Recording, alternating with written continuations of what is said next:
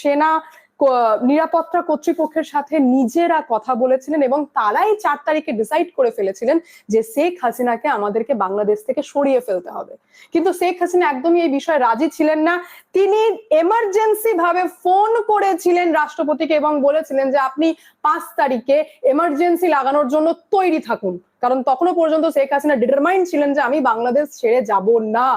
যার মধ্যে এটাও জানা গেছে যে চুপচাপ একাধিকবার বাংলাদেশে বিভিন্ন রকম বিমানে, যে বিমানের নাম পর্যন্ত ওপেন করা হয়নি, সেই বিমানে করে অজিত ডোভাল বাংলাদেশে পর্যন্ত এসেছিলেন, যেখানে শেখ হাসিনার সাথে বৈঠক পর্যন্ত করেছেন।